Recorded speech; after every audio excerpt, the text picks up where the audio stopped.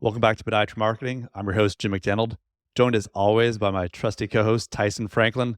Tyson, what's going on the other side of the world right now? And I'm glad you refer to me as trusty. Wouldn't it be funny if you said, and my untrusty co-host, Tyson Franklin? That would not be good. Not good for my But you, credibility. you always refer to me as the partner in crime. I have to It's kind true. of the yin and yang of the positive and negative there. A partner in crime, as an Australian thing, is a good term. Partner in crime. Everyone goes, oh, it must mean he's a top bloke. So it all Exactly. makes sense. Okay, let's dive into today's topic. Do you want to know what it is? Yeah. I'm on the edge of my chair. What's going on? In anticipation, waiting for this. Oh, they probably know the title because they would have seen the title of the episode already. But we're talking about Chase the Money. And title actually came to a friend of mine just recently was doing a end of the year type tips, things to do, things to make sure that you tick off before the year finishes. And this was one of about 12 different things he spoke about.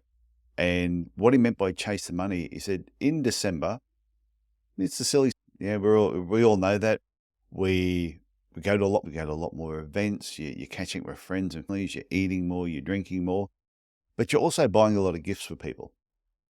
So I've never been in this boat, but for some people, they get to, they sort of run out of money before they run end of month. So then when it's to January, a lot of them spend a lot more than what they should in December. So when it gets to January, they've got no money left.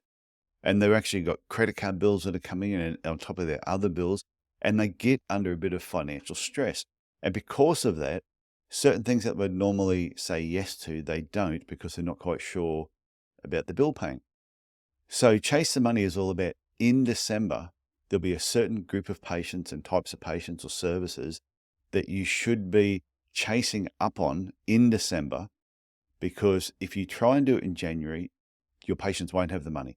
But if you do it now, while they do have the money, more than likely they'll say yes to certain things. Yeah, that's pretty common in the US as well because a lot of people are on private insurances and they have these annual deductibles. Yeah. And they've maybe reached their deductible in October or November, and they have the opportunity now to get free healthcare, or they know that if they wait until January, February, that's going to go, they have $1,000 or $2,000 before that deductible has been met to receive care. So it's similar in at least in the US where they have that going on as well. So I think it's a very pertinent topic for us to talk about today. So if you go through some of the type of patients that you should be chasing up on, you'll have patients that have said to you, oh yeah, I'll get back to you. I just need to check my roster at work. Or I need to check life, or I've just got to check my finances, or I've got to talk to the cat, whatever excuse they want to use. But sometimes they are 100% legitimate reasons. I do need to check my roster before I can make an appointment. I do need to talk to my wife. It may not even be about money. It might just be, what have we got going on at the moment? Or it could be a money issue. But the thing is, if you wait to you, and I know exactly what it's like. So recently I was at the dentist. I've got one wisdom tooth left. And the dentist the other day said, all your teeth are fantastic. Obviously you floss all the time. I said, yes, I do. My brother's a dentist. Because, so I know what to do. They said, but you got this one wisdom tooth at the back. It's just got this little hole that's been there for a while. We were going to tell you about it, but we just thought, it's a wisdom tooth. We'll probably have to pull it out. So they said, we need you to get this OPG x-ray done, just so we can make a hook. And I said, it'll just pop out. Don't worry about it. Just do it. And they went, no, we really need to get this done. And I said, well, the other 3 came out really easy. They said, no, you need to go and get this x-ray. Fine. Yes. And I keep meaning to get it done, but life gets busy. And I think I need to check my roster, talk to wife, need to check a bank account, need to talk to cat. They really may go and do it, but all of a sudden something happens. Life gets in the way. Things get busy.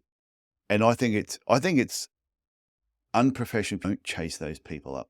I think just leaving it to them and say, oh, yeah, look, no, we don't want to be annoying. I don't want them to think I'm annoying. I think some people need to be annoyed. And they actually not only need it, they want you to annoy them. I'm like that. If I said to my physio, oh, look, I need to check something before I make another appointment, I need them to ask me if I don't make that appointment, because if I don't make the appointment before I walk out, it could be 6 months before I get back there.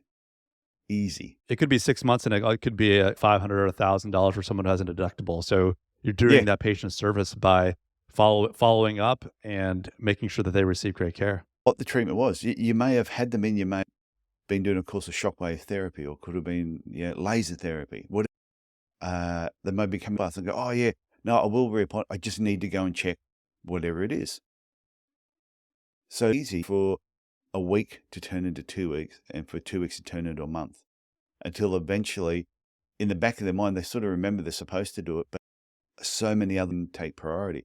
So if you call them up now in December, knowing that they're supposed to come back in, and these could be patients from the last, don't just wait until next year to get hold of them.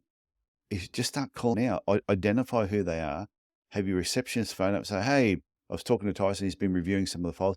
He asked me to give you a call. When you were in last, you were going to check your roster. I tell you right now, majority of the patients go, I have been meaning to get in. Now, the important part is you need to have room in your diary to fit them in. This is also a busy time of the year for podiatrists. Yeah, it definitely can be busy, but trying to find those kind of right fit patients to come in and see you is really important. Besides having a receptionist and give them a call, are there other types of systems or methods you think are really beneficial to try to get those patients in to see you? Receptionist call. You could do a text message if you wanted to. You could do an email if you wanted to, because they can all be a little bit more automated, and it's a lot faster. The personal touch phone call, I think, is always good if you can get hold of the patient. But if you want to, depending on the age of your patient too, if you had some older patients, tell you a letter. It's really, because they still go to the mailbox. They've been doing it for 50 years. They've got a habit of still doing it, even though there's nothing usually in there. But there's another program called Brain Toss. I don't know if you've seen that at all. No, I haven't heard of that before. It's an app of time. It's really cool. It's an app. It costs like $4. It's just called Brain Toss, and I use it a lot if I go past and you might see something. You go, oh, that's really good. That business is doing. I can take a photo of it. As soon as I take a photo through the app, it will automatically email it to me. So I don't have to think about it. I've taken the photo, walk away. Don't have to think about it all, and it's emailed it to me. Or I might see something and I can give myself a voice message. Hey, Tyson, remember that you've got to do. It'll email me straight away as a voice message, and also it'll write it out. So, but advantage for this type of thing is you can set up to 5 email in it. So you might do a recording and you can send it to, or you might send it to your receptionist. So it could be a great thing to remind receptionists to do things, or your team. But you could also do recordings again. Hey, Jim, it's Tyson here from ProArch Podiatry. That's an old clinic. Hey, Jim, it's Tyson here from ProArch Podiatry. I was just going through a few patient files, and I just noticed that when I spoke to you last, you said you were just going to check your roster. I was wondering, is December is still a good month for you to come in to get this treatment started, or to follow up, or to do the next treatment, whatever that happens to be. Forward to seeing you before Christmas. It's to my receptionist. My receptionist then takes that audio file and sends it on to Jim. Now, if you're going to be saying, hey, Jim, I said you're going to get back in touch with me, you're going to check your roster, hope to see you before Christmas, to get that personal message from me, amazing. Yeah, that's really huge, right? Like it can be very appealing for people instead of just something more generic. It's one of those things when I've done marketing webs, I talk about this program every now and then. It's just a program to use. It just takes a little bit of time of setting up what email addresses you're going to use. On when your receptionist gets that email, transfer it and then send it to the patient. So a little bit of fiddling around, but once you know how to do it, that personal, because I know right now, if I was supposed to go and hadn't, or my physio or chiropractor, whoever it was, and all of a sudden I got an email and it was a message for them saying, hey, Tyson. Now, depending how much they know me, if they knew me pretty well. I said, hey, Tyson, you slack ass. I thought you were coming back in. I'd have gone, Matt. So I was, wasn't I? That's the name of my physio, Matt. And a message from Matt, I just need to book in before the Christmas break. So I think when it comes to change, it could be, like I said, people who have started the treatment were supposed to reappoint and haven't. People who are in the middle of treatment that you need to follow up on. It could be your yearly orthotic reviews. All the people that were coming in throughout the year who haven't come in. Identify them and get into, even if you sent something out to 200 people and only 5% responded, for the amount of time and money it takes you to do it, with what you actually make back, pays for it tenfold. But you're going to get more than 5%. You'll get more than 5%. And it's orthotic patients. You might have a lot of diabetic patients. How many diabetic foot checks were due during the year that haven't turned up? Get onto them now if there's time in your diary. So nobody should have any excuse to be sitting around going, geez, December's quiet. They should be, if they're not busy, they should be doing this to make sure that they're busy. And if they're too busy now, put it in November next year or even October next year and say, okay, for the next 2 months, November, December, we're going to chase the money.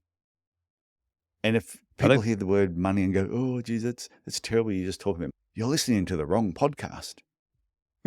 No, it's an excellent point. I think that list of patients you have that haven't come in a while it's helpful definitely to chase the money in December, it also can turn that around, and after December and January and February, those people that still haven't come in yet, those could be potentially coming into your clinic as well. Maybe not everyone's got a high deductible, but just being diligent about chasing after those folks who haven't been in a while that deserve that need to be seen can really be really helpful to your practice. Chase the money around July. So in Australia, your end of financial year is 30th of April, isn't it?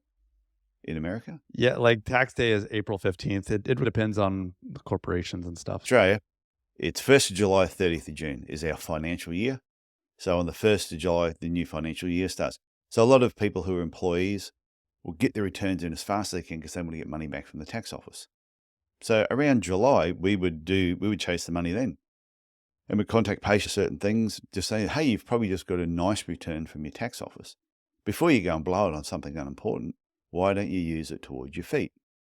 So that was another, we just had it in our schedule of 2 emails. A friend of mine, Sam Harrop, who has on my other post, he used to have in South Africa. And he had a couple of emails that he used to send to people that he said converted a certain percentage, or with him, a certain amount of clients to booking a ballooning trip. And the question was, had some interest, contacted him, he's given him the information, and then he'd send this email afterwards and just say, are you still interested in ballooning with us? So Very simple. For podiatry, are you still interested in getting orthotics with us? Or are you still having shockwave therapy with us, or laser with us, or whatever treatment you're going to do? And the other one that I mentioned the other day was just confirming you don't want to go ahead with X. You want to go ahead with orthotics. And I'm now with clients are listening to this episode. They would have known, they would have got an email from me recently just saying, just confirming you don't want to go ahead with coaching.